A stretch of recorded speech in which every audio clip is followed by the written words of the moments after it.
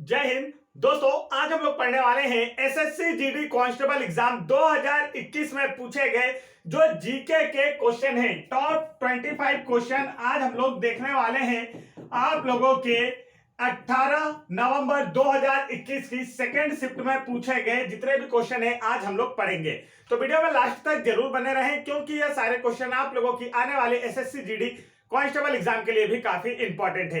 तो शुरू करते हैं, देखते हैं। फर्स्ट क्वेश्चन आप लोगों की स्क्रीन पर है, आंसर आप लोगों को कमेंट्स करना है। तो राइट आंसर इसका क्या होगा, देखिए निम्नलिखित में से कौन सा ऊर्जा का एक पारंपरिक स्रोत है। तो राइट आंसर है लकड़ी जो है वह ऊर्जा का एक पारंपरिक स्रोत है। अब पारंपरिक स्रोत कैसे स्रोत होते हैं, तो ऐसे स्रोत जिनका उपयोग पुराने समय से या काफी समय से लगातार किया जा रहा है, ऐसे स्रोतों को पारंपरिक स्रोत कहते हैं, जिसमें लकड़ी, कोयला और जो आप लोगों के सूखा गोबर होता है ना, जिसे हम गोबर के उपले कहते हैं, यह सभी क्या है, पारंपरिक ऊर्जा स्रोत के उदाहरण हैं। बढ़ते हैं नेक्स्ट क्वेश्चन की ओर। नेक्स्ट क्वेश्चन देखिए आप लोगों की स्क्रीन पर आ चुका है। क्वेश्चन में आपसे क्या पूछा गया है, तो आप लोग यहां पर देखेंगे क्वेश्चन में पूछा है फीफा बी नियमों के अनुसार एक फुटबॉल मैच में 45 मिनट की अवधि के दो भाग होते हैं और जिनके बीच में कितने मिनट की आराम की अवधि होती है। मतलब कि एक टर्म में 45 मिनट का और सेकंड टर्म में 45 मिनट का, बीच का जो भाग होता है यह कितने मिनट का जो रेस्ट टाइम होता है वह कितना होता है। आंसर आएगा 15 मिनट का जो होता है एक आराम अवधि या रेस्ट का टाइम होता है। अगर बात कर ली जाए फुटबॉल मैच की, तो फुटबॉल में प्रत्येक टीम में कितने खिलाड़ी होते हैं, 11 खिलाड़ी होते हैं। और यहाँ पर फीफा की बात की गई है, तो फीफा का आपको इसके बारे में जानकारी होना चाहिए। फीफा का जो फुल फॉर्म होता है federation of international D football association, इसका होता है फुल फॉर्म। और इसका जो मुख्यालय है वह कहाँ है, यदि आप लोगों से पूछा जाए या क्वेश्चन में पूछा जा सकता है कि इसका मुख्यालय कहाँ है, तो आपको याद रखना है ज्यूरिख। कहाँ है, ज्यूरिख स्विट्जरलैंड में इसका क्या है, मुख्यालय है। ये आप लोगों को अच्छे से याद रखना है, फीफा का मुख्यालय ज्यूरिख स्विट्जरलैंड में स्थित है। आगे बढ़ते हैं। नेक्स्ट क्वेश्चन देखिए आप लोगों की स्क्रीन पर क्या पूछा गया था। यहाँ पर क्वेश्चन में पूछा गया था किसी भी एशियाई खेल में स्वर्ण पदक जीतने वाली पहली भारतीय महिला एथलीट कौन है। किसी भी एशियाई खेल में स्वर्ण पदक जीतने वाली प्रथम भारतीय महिला एथलीट कौन है, तो आंसर होगा कमलजीत संधू जो है यह किसी भी एशियाई खेल में स्वर्ण पदक जीतने वाली प्रथम भारतीय महिला एथलीट खिलाड़ी हैं। कमलजीत संधू जो है इन्होंने 400 मीटर रनिंग या 400 मीटर दौड़ में यह अवार्ड जीता था और इन्होंने यह दौड़ 57.3 सेकेंड में कंप्लीट कर यह अवार्ड जीता था। और अगर यहां पर बात कर ली जाए बाकी के ऑप्शंस की, तो देखिए यहां पर ये जो आरती शाह दिख रहा है ना, यह इंग्लिश चैनल को तैर कर पार करने वाली प्रथम भारतीय महिला है, ये भी आपको याद रखना है। और कर्णम मल्लेश्वरी की बात कर ली जाए, कर्णम मल्लेश्वरी की, तो ओलंपिक में कोई भी पदक जीतने वाली प्रथम भारतीय महिला जो है वो है कर्णम। ओलंपिक में कोई भी पदक, ओलंपिक पदक जीतने वाली, और कौन सा पदक इन्होंने जीता था, तो कांस्य पदक इन्होंने जीता था। तो ओलंपिक में कोई भी पदक जीतने वाली प्रथम भारतीय महिला है कर्णम मल्लेश्वरी।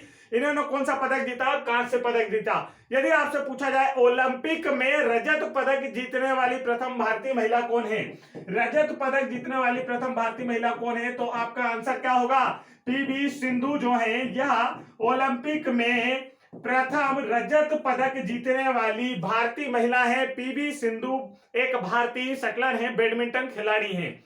नेक्स्ट क्वेश्चन देखिए आप लोगों की स्क्रीन पर है। क्वेश्चन में आपसे क्या पूछा गया, आपको ध्यान से देखना है।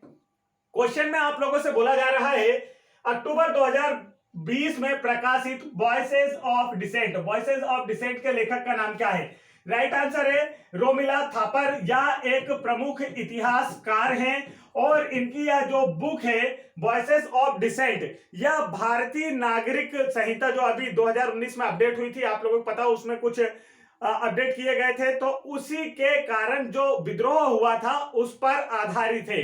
अब भारतीय नागरिक संहिता जो है वह 1955 के अनुसार अभी 2014 तक क्या होता था कि हमारे पड़ोसी देशों बांग्लादेश, पाकिस्तान और अफगानिस्तान के जो हिंदू और सिख, बौद्ध, ईसाई, पारसी और जैन धर्म के लोग हैं वह अगर इंडिया में आते हैं तो उन्हें इंडिया की नागरिकता दी जाती थी। लेकिन कितने वर्षों तक इंडिया में रहना होता था उन्हें? 11 वर्ष तक जब वह इंडिया में रहते थे तो उन्हें इंडिया की नागरिकता दी जाती थी। लेकिन 2019 में इस कानून को अपडेट किया गया और अब उन्हें मात्र 5 वर्ष तक अगर इंडिया में वह रहते हैं तो उन्हें भारतीय नागरिकता दे दी जाएगी। तो इसी के विरोध में यहां पर जो विद्रोह हुआ था तो उसी के बारे में वॉइसेस ऑफ डिसेंट में यहां पर रोमिला थापर जी ने इसका वर्णन किया है। बढ़ते हैं नेक्स्ट क्वेश्चन की ओर। नेक्स्ट क्वेश्चन देखिए यहां पर क्या पूछा गया है। क्वेश्चन पूछा गया है किसकी उपस्थिति मिट्टी को उपजाऊ बनाती है? तो इसका जो राइट आंसर है वह है खनिजों और कार्बनिक पदार्थों की। खनिजों और कार्बनिक पदार्थों की उपस्थिति जो है मिट्टी को उपजाऊ बनाती है। नेक्स्ट क्वेश्चन देखिए आप लोगों की स्क्रीन पर। क्वेश्चन में पूछा गया है निम्नलिखित में से किस हस्ती ने राजीव गांधी खेल रत्न पुरस्कार 2020 प्राप्त किया है? राजीव गांधी खेल रत्न पुरस्कार 2020 प्राप्त किया है तो आंसर था इसका मरियप्पन थंगावेलु। मरियप्पन थंगावेलु यह किस खेल से संबंधित है? यदि आप लोगों से पूछ लिया जाए तो यह है पैरा एथलीट से संबंधित। किससे संबंधित है दोस्तों? पैरा एथलीट से संबंधित है। वर्ष 2021 में 2020 का राजीव गांधी खेल रत्न पुरस्कार जो है 5 लोगों को दिया गया। पहला किसे दिया गया? तो रोहित शर्मा, भारत के हिटमैन रोहित शर्मा भारतीय क्रिकेटर है। यह आप सभी जानते होंगे, इन्हें हिटमैन के नाम से जाना जाता है। वर्तमान समय में भारतीय क्रिकेट टीम के तीनों फॉर्मेट के कप्तान हैं। उसके बाद मरियप्पन थंगावेलु को दिया गया जो कि पैरा एथलीट है। यह 2 पुरुष थे, 3 महिलाएं थी। महिलाओं में थी मनिका बत्रा, एक है मनिका बत्रा। मनिका बत्रा जो है यह टेबल टेनिस से संबंधित है। किससे संबंधित है? टेबल टेनिस से संबंधित है दोस्तों। और दूसरी यहां पर थी विनेश फोगाट। विनेश फोगाट का संबंध किससे है? आप सभी जानते हैं विनेश फोगाट का संबंध था कुश्ती से। फोगाट फैमिली के बारे में आपको बताया गया था, आपने देखा भी होगा, मूवी आई थी दंगल, ठीक है, आमिर खान की। उसके बाद यह अवार्ड एक और महिला को दिया गया जिनका नाम है मनिका बत्रा, विनेश फोगाट, रानी रामपाल। किसे दिया गया? रानी रामपाल जी को दिया गया जो कि भारतीय महिला हॉकी टीम की कप्तान रह चुकी हैं, रानी रामपाल। इन 5 लोगों को यह अवार्ड दिया गया था। मरियप्पन थंगावेलु का नाम यहां लिखा है। और अगर बात कर ली जाए राजीव गांधी खेल रत्न पुरस्कार 2000 राजीव गांधी खेल रत्न पुरस्कार की, तो अभी 2020 में इसका नाम बदल दिया गया। आप लोगों को पता है क्या? राजीव गांधी खेल रत्न पुरस्कार का नाम बदलकर क्या रखा गया है? मेजर ध्यानचंद खेल रत्न पुरस्कार। यह क्वेश्चन आपसे पूछा जाएगा। मेजर ध्यानचंद, यह क्वेश्चन काफी इंपॉर्टेंट है, अच्छे से याद रखना है। मेजर ध्यानचंद खेल रत्न पुरस्कार, इस अवार्ड का नाम बदलकर कर दिया गया है राजीव गांधी खेल रत्न पुरस्कार का। और इस अवार्ड की जो राशि है अब वर्तमान समय में 25 लाख रुपए कर दी गई है, यह भी याद रखना है। राजीव गांधी खेल रत्न अवार्ड का नाम बदलकर क्या किया गया है? मेजर ध्यानचंद खेल रत्न पुरस्कार किया गया है। और इसकी वर्तमान जो पुरस्कार राशि पहले कितनी थी? 7.5 लाख, जिससे बदलकर अब 25 लाख रुपए कर दिया गया है। नेक्स्ट क्वेश्चन देखिए आप लोगों की स्क्रीन पर। एक क्वेश्चन में आपसे क्या पूछा गया है? यहां पर पूछा जा रहा है आप लोगों से निम्नलिखित में से कौन सा एक सांख्यिकीय उपकरण है जो स्वास्थ्य, शिक्षा और आय के संबंध में किसी देश की समग्र उपलब्धि को मापता है? तो इसका राइट आंसर है जो मानव विकास सूचकांक होता है। मानव विकास सूचकांक, ह्यूमन डेवलपमेंट इंडेक्स जो होता है, यह किसी देश के स्वास्थ्य, शिक्षा और आय के संबंध में संपूर्ण देश की समग्र उपलब्धि को बताता है। आगे बढ़ते हैं। नेक्स्ट क्वेश्चन देखिए यहां पर आपसे क्या पूछा गया है। तो नेक्स्ट क्वेश्चन में आप लोगों से यहां पर पूछा गया है भारत में साइमन कमीशन के आगमन से पूर्व, भारत में साइमन कमीशन के आगमन से पूर्व निम्नलिखित में से कौन सी घटना घटी? आपसे यहां पर पूछा जा रहा है। बताइए, 4 ऑप्शंस में से आप लोगों को आंसर बताना है कि इसमें से कौन सी घटना साइमन कमीशन के आगमन से पूर्व घटी। तो इसका जो राइट आंसर है वह है आप लोगों का काकोरी षड्यंत्र। क्योंकि देखिए जो साइमन कमीशन है यह 3 फरवरी 1928 को भारत आया था। साइमन कमीशन कब भारत आया था? 3 फरवरी 1928 को भारत आया था। और गांधी इरविन समझौता जो है यह वर्ष 1931 में हुआ। प्रथम गोलमेज सम्मेलन भी 1930। और भारत छोड़ो आंदोलन जो है यह कब हुआ? तो वर्ष 1942 में हुआ। यह भी आप लोगों को याद रखना है। लेकिन जो काकोरी षड्यंत्र दोस्तों वो कब हुआ था?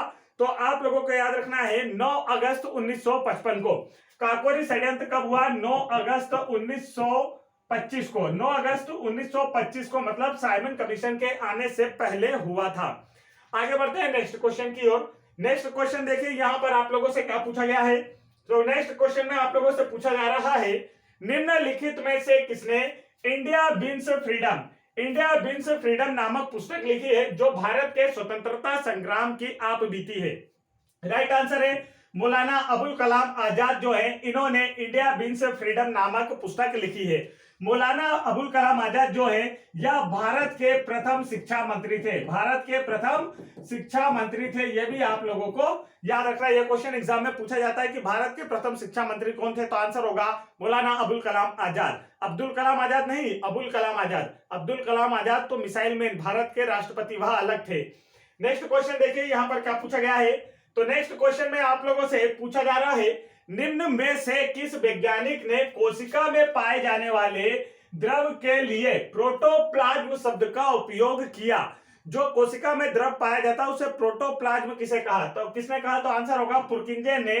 कोशिका के अंदर पाए जाने वाले, जो कोशिका होती है ना, कोशिका के अंदर पाए जाने वाला जो द्रव होता है जिसे हम कोशिका द्रव या फिर प्रोटोप्लाज्म कहते हैं। इंग्लिश में प्रोटोप्लाज्म और हिंदी में क्या कहते हैं, कोशिका द्रव कहते हैं। तो इसके लिए इस शब्द का उपयोग किसने किया था, पुरकिंजे ने किया था। जो कोशिका द्रव होता है वह कोशिका झिल्ली के द्वारा उसके अंतर्गत संरक्षित रहता है। नेक्स्ट क्वेश्चन देखिए यहाँ पर क्या पूछा गया आपसे। नेक्स्ट क्वेश्चन में आप लोगों से पूछा गया है, भारत 2019 में भारत के संविधान में कितने अनुच्छेद और कितनी अनुसूचियां थी? तो इसका जो राइट आंसर है वह है 395 अनुच्छेद और 8 अनुसूचियां। ठीक है, वर्तमान समय में 395 अनुच्छेद, अंदर की बात नहीं की जाती है। ऐसे कुल मिलाकर 470 अनुच्छेद हो चुके हैं, कुल संशोधन वगैरह को मिलाकर अनुसूचियां हो चुकी है 12। तो अगर मेन अनुच्छेद की बात की जाए तो वर्तमान में भी 395 अनुच्छेद है संविधान में और 12 अनुसूचियां हैं। कितने, 12 अनुसूचियां, 395 अनुच्छेद है। यह आपको याद रखना है। भारतीय संविधान कब लागू हुआ था अगर आपसे पूछा जाए तो 26 जनवरी 1950 को। और भारतीय संविधान बनकर कब तैयार हुआ था अगर आपसे यह पूछा जाए तो इसका अंगीकृत कब किया गया, तो 26 नवंबर 1949 को। लागू कब हुआ, तो आपको याद रखना है 26 जनवरी 1950 को पूर्ण रूप से हमने इसे अपना लिया था, भारत ने इसे अपना लिया था।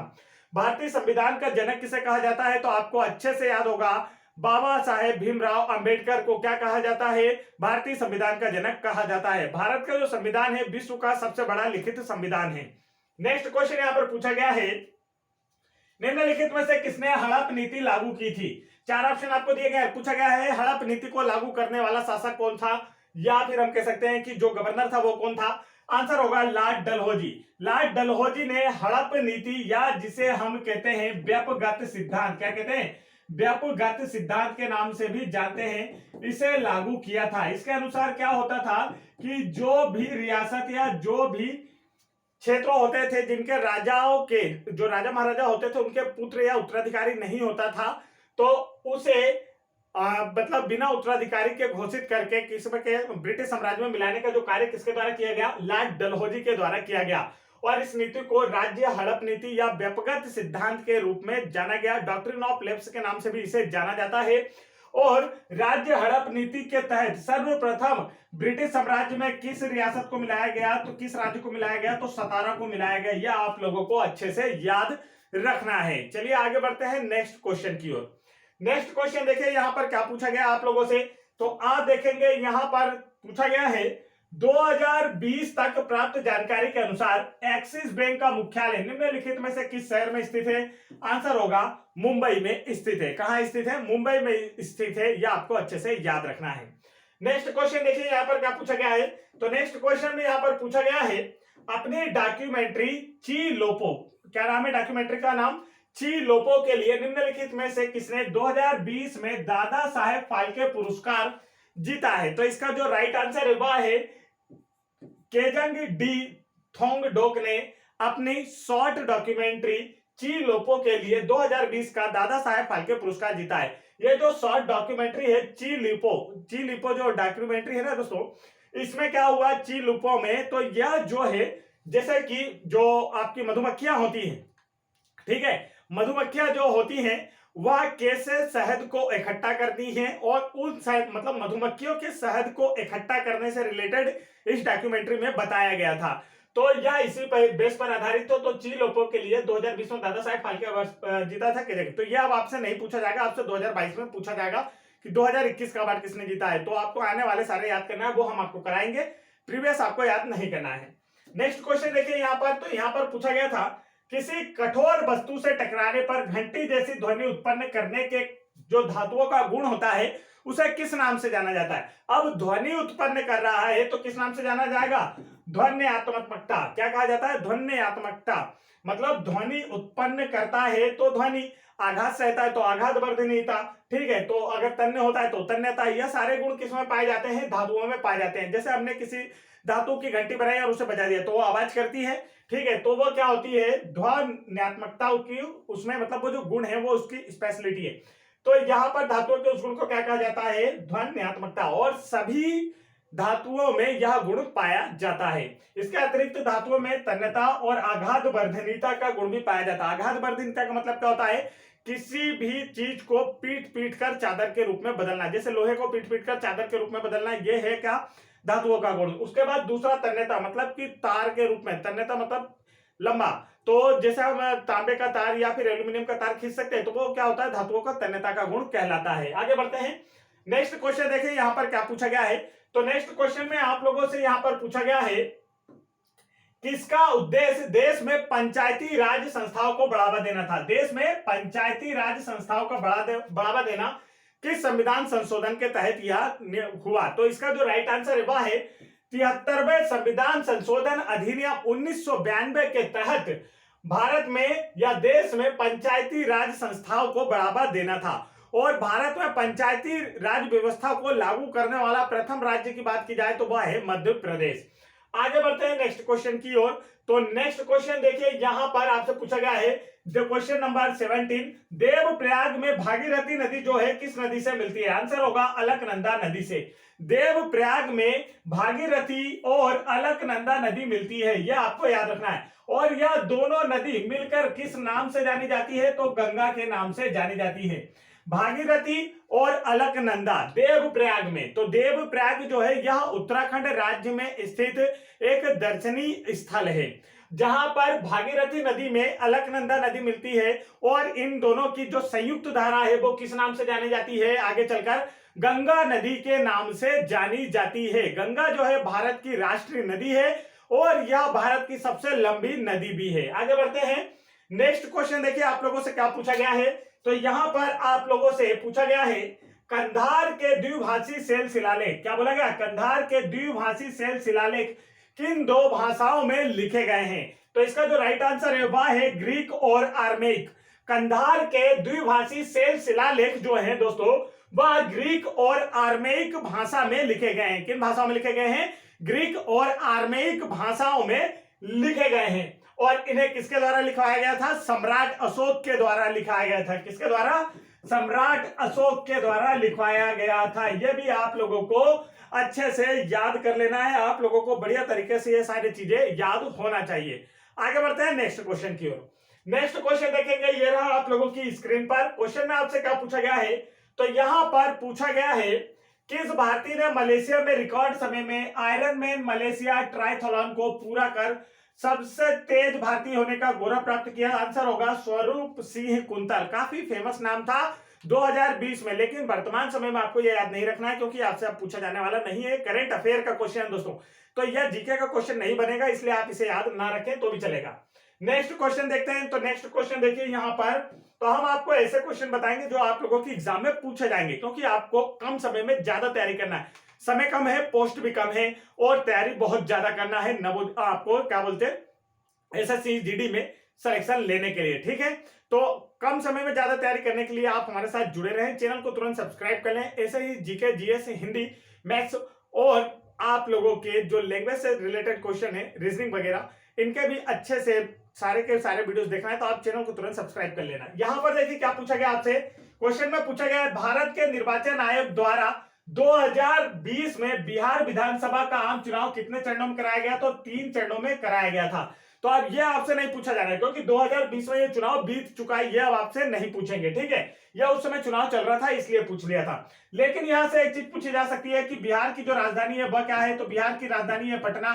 बिहार के सीएम कौन है, तो आपको याद रखना है नीतीश कुमार है। कौन है, नीतीश कुमार है। और गवर्नर कौन है, यदि आपसे पूछा जाए तो प्रेजेंट टाइम में गवर्नर है फागू चौहान। कौन है, फागू चौहान है, ये आप लोग याद रख सकते हैं। सीएम है नीतीश कुमार और गवर्नर है फागू चौहान। आगे बढ़ते हैं नेक्स्ट क्वेश्चन की ओर।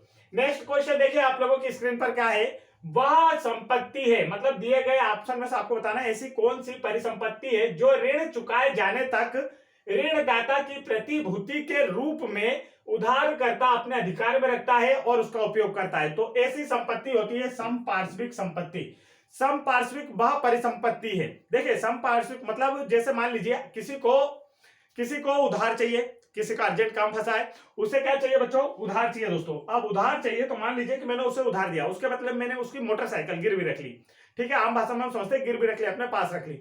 अब जब तक वो पैसा नहीं लौटाएगा मैं उस मोटरसाइकिल को अपने पास तो रखूंगा ही रखूंगा, बतौर उस जो राशि मैंने उसे दी है उसके बतौर इसे रखूंगा कि मतलब गारंटी के तौर पर, और लेकिन उसका यूज भी करूंगा, मतलब मैं रोज गाड़ी चला भी रहा हूं। तो ऐसी संपत्ति क्या कहलाती है, समपार्श्विक संपत्ति कहलाती है। आगे बढ़ते हैं। नेक्स्ट क्वेश्चन देखिए यहां पर क्या पूछा गया है। तो नेक्स्ट क्वेश्चन यहां पर पूछा गया है, दिल्ली में जमात खाना मस्जिद, दिल्ली में जमात खाना मस्जिद का निर्माण किसके द्वारा करवाया गया था। तो राइट आंसर होगा खिज्र खां। अब यह खिज्र खां कौन है, तो यहां पर अगर जमात खाना मस्जिद की बात की जाए तो यह दिल्ली का सबसे पुराना मस्जिद है। दिल्ली की सबसे पुरानी मस्जिद पूछी जाए तो आपका आंसर होगा जमात खाना मस्जिद, जिसका निर्माण कराया अलाउद्दीन खिलजी के पुत्र, अलाउद्दीन खिलजी के पुत्र खिज्र खां ने। समझ में आ गया, खिलजी वंश के अलाउद्दीन खिलजी के पुत्र खिज्र खां ने जमात खाना मस्जिद का निर्माण कराया, जो दिल्ली की सबसे पुरानी मस्जिद है। आगे बढ़ते हैं नेक्स्ट क्वेश्चन की ओर। नेक्स्ट क्वेश्चन देखिए आप लोगों की स्क्रीन पर। क्वेश्चन में क्या बोला गया दोस्तों, ध्यान से देखिए। क्वेश्चन में बोला गया है, एक कोशिकीय मीठे पानी के जीवों, मतलब कि साधारण पानी हमारा जो होता है जैसे तालाब नहर इनका पानी नदियों का, तो इसमें जो एक कोशिकीय जीव होते हैं वो, और अधिकांश पौधे की जो कोशिकाओं द्वारा जल संग्रहण के लिए किस प्रक्रिया का उपयोग किया जाता है, तो आपका आंसर होगा परासरण प्रक्रिया का। जो मीठा पानी का आशय होता है जैसे कि नदियों का और तालाबों का, कुओं का, नहरों का, इनका जो पानी है वो मीठे पानी के रूप में जाना जाता है। तो इसमें रहने वाले एक कोशिकीय जीव और जो जलीय पौधे हैं वह जल का संग्रहण अपने अंदर कैसे करते हैं, अपने अंदर जल को कैसे प्राप्त करते हैं, किस विधि के द्वारा जल ग्रहण करते हैं, तो आपका आंसर होगा परासरण विधि के द्वारा जल ग्रहण करते हैं। नेक्स्ट क्वेश्चन देखिए आप लोगों की स्क्रीन पर है दोस्तों। नेक्स्ट क्वेश्चन में आपसे क्या पूछा गया है, तो यहां पर आप लोग देखेंगे नेक्स्ट क्वेश्चन पूछा गया है, निम्नलिखित में से कौन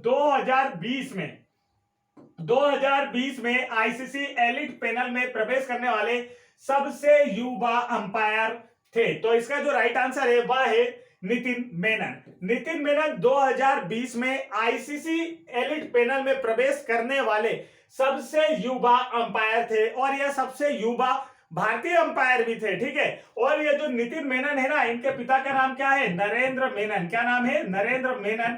और नरेंद्र मेनन जो है यह एक भारतीय अंपायर थे, यह भी आप लोगों को याद रखना है। और वर्तमान समय में नितिन जो है, नितिन मेनन, यह पहले भारतीय बल्लेबाज थे, मध्य प्रदेश से रणजी ट्रॉफी खेलते थे। कहां पर इनका जन्म हुआ, इंदौर में हुआ, मध्य प्रदेश की तरफ से रणजी ट्रॉफी खेलते थे, लेकिन इनके पिता अंपायर थे। तो ये जो नितिन मेनन है ये भी क्या बन गए, अंपायर बन गए, और आईसीसी की एलिट पैनल में प्रवेश करने वाले सबसे युवा अंपायर बन गए, यह भी आप लोगों को याद रखना है। नेक्स्ट क्वेश्चन देखते हैं। नेक्स्ट क्वेश्चन यहां पर आप लोगों से पूछा गया है, देखिए ध्यान से, निम्नलिखित में से कौन चंद्रगुप्त प्रथम का उत्तराधिकारी था। क्या पूछा गया है, चंद्रगुप्त प्रथम का उत्तराधिकारी था, आंसर होगा समुद्रगुप्त।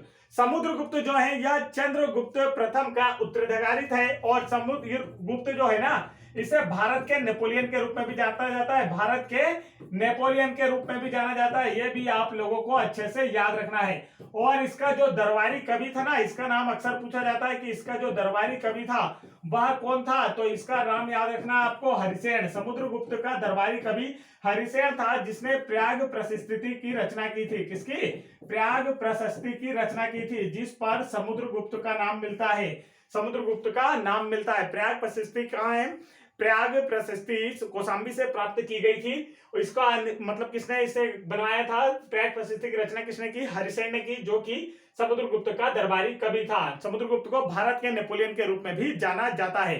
तो ये होगा दोस्तों आज का हमारा एसएससी जीडी का, जो आप लोगों को हमने पूरा फुल सॉल्यूशन कराया है जीके का। 12 नवंबर की 2020 की ये सेकंड शिफ्ट थी, 18 नवंबर 2021 की सेकंड शिफ्ट थी, तो इसके पूरे जीके क्वेश्चन कराए। तो ऐसे ही सभी शिफ्टों के जीके के क्वेश्चन यदि आप लोगों को अच्छे से देखना है और अच्छे से समझना है तो आप लोग हमारे चैनल की प्लेलिस्ट में जाकर देख सकते हैं, जहां पर हमने आने वाली एसएससी जीडी कांस्टेबल एग्जाम 2023 की प्रिपरेशन के लिए मॉडल सेट पेपर भी शुरू कर दिए हैं जीके जीएस के, और साथ ही साथ रीजनिंग और मैथ्स के क्वेश्चन और हिंदी के टॉप क्वेश्चन आप लोगों के लिए लाए जा रहे हैं, ताकि आप लोग इस बार SSC GD constable exam crack करके सिलेक्शन ले सके।